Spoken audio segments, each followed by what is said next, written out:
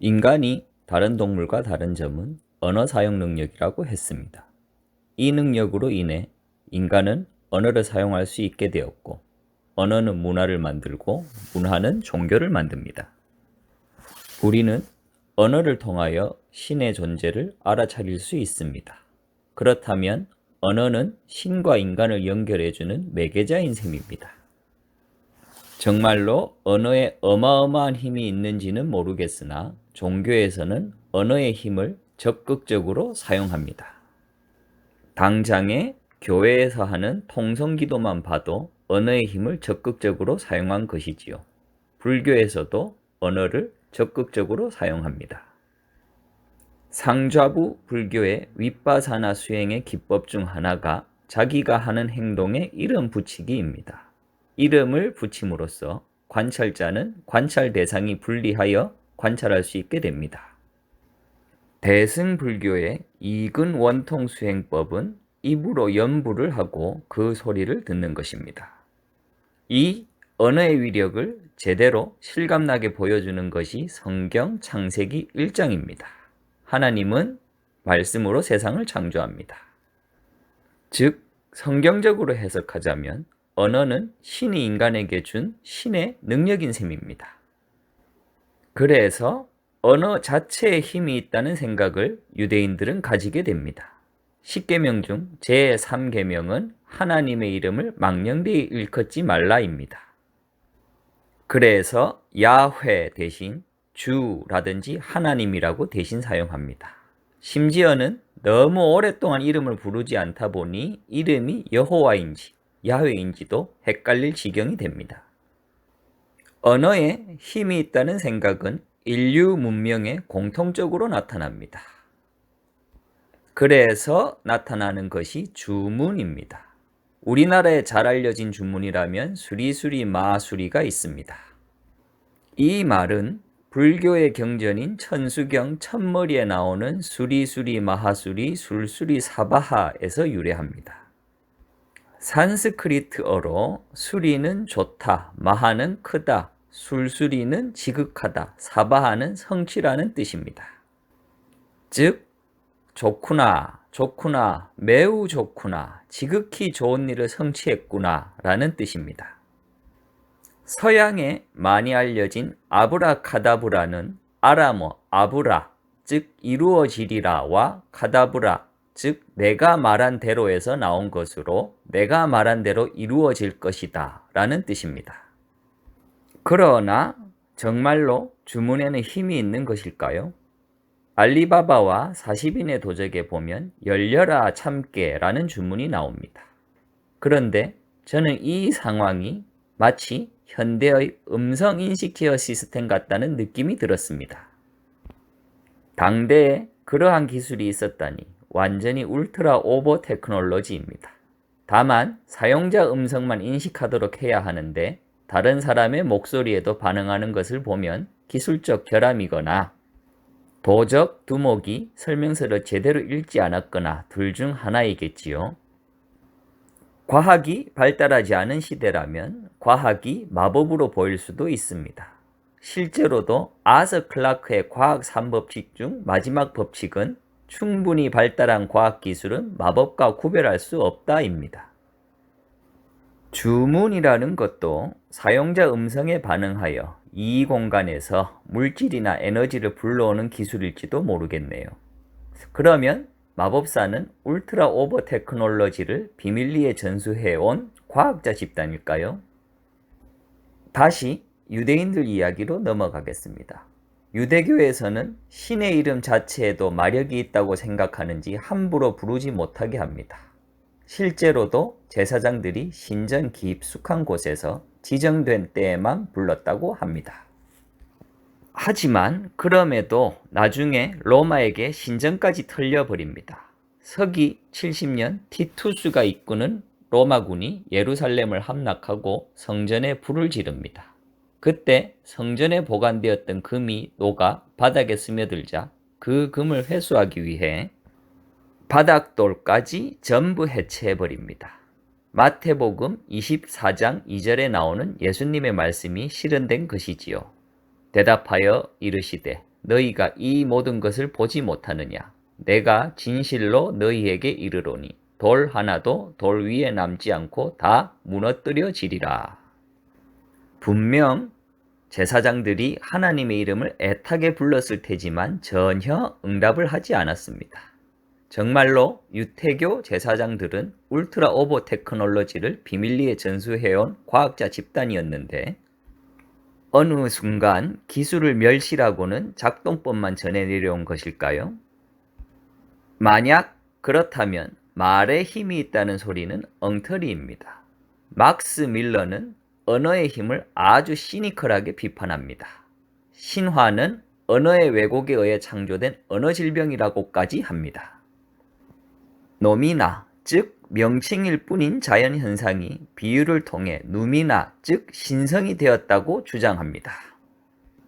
셀레네와 엔디미온의 신화를 예로 들겠습니다.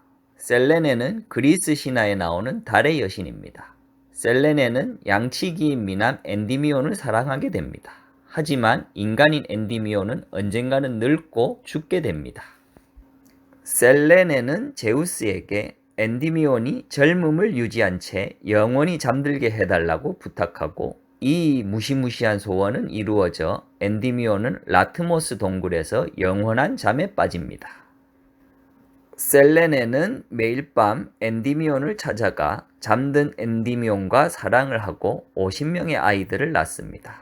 그런데 셀레네는 달의 여신이고 엔디미온은 사람의 이름이기도 하지만 물속으로 뛰어들다라는 뜻도 됩니다.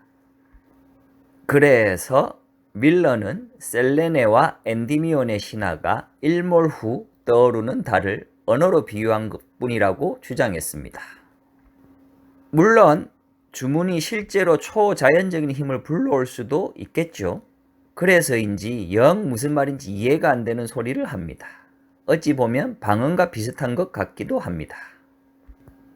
하지만 언어학자들의 연구에 따르면 방언은 문법도 없고 동어 반복이 계속되기 때문에 도저히 언어라고 볼 수 없다고 합니다. 요즘 세상의 방언은 전부 가짜라서 그럴까요? 물론 주문이나 방언은 인간과 대화하기 위해 만들어진 것이 아니니 문법이나 의미를 따지는 것이 무의미할 수도 있습니다. 하지만 저는 애초에 주문의 위력이 있을 턱이 없다고 생각합니다. 주문의 위력이 있으려면 언어 자체의 위력이 있어야 하지만 언어란 자의적인 도구에 불과합니다.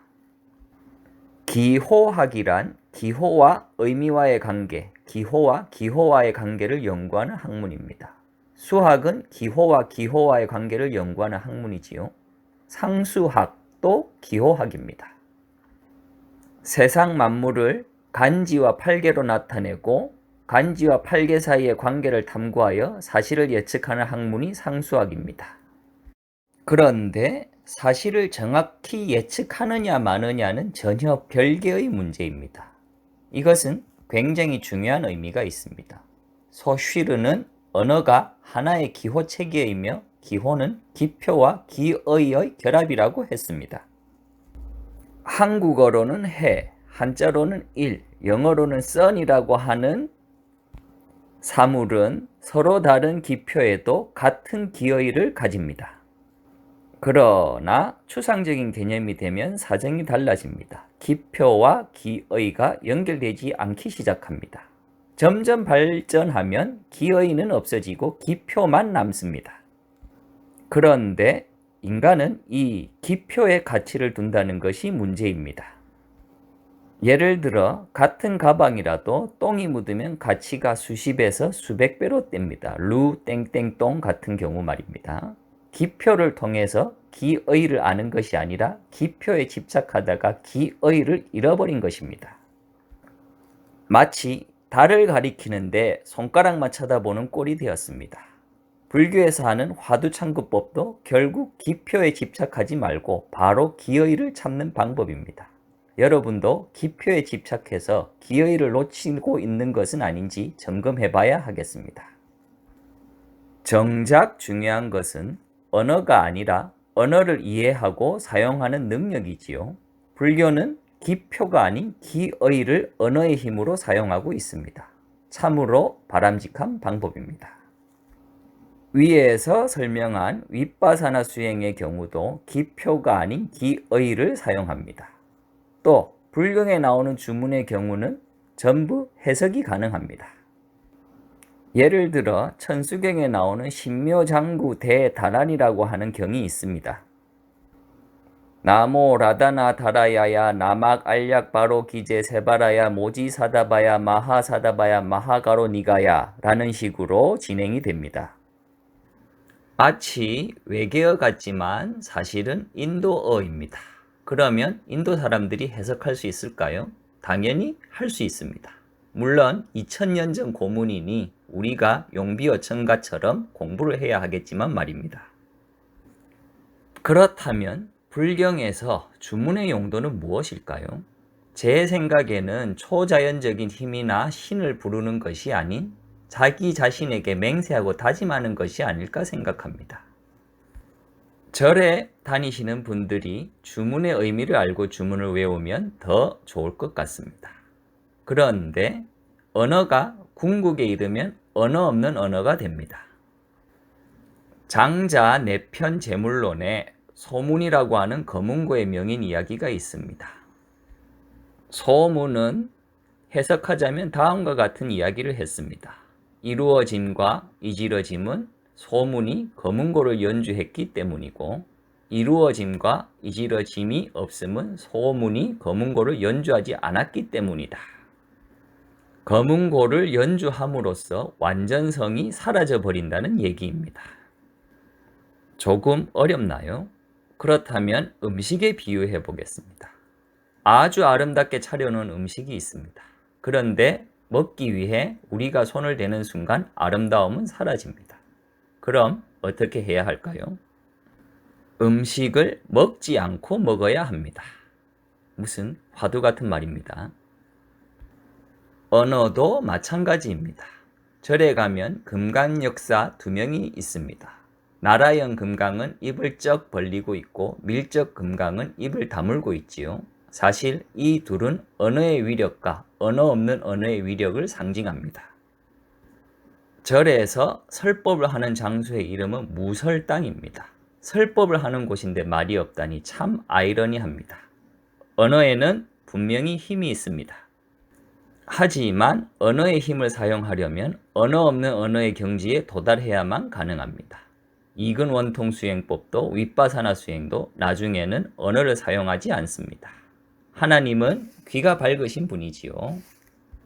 통성 기도하지 않고 다락방에서 말없이 기도해도 여러분의 말을 들어주십니다.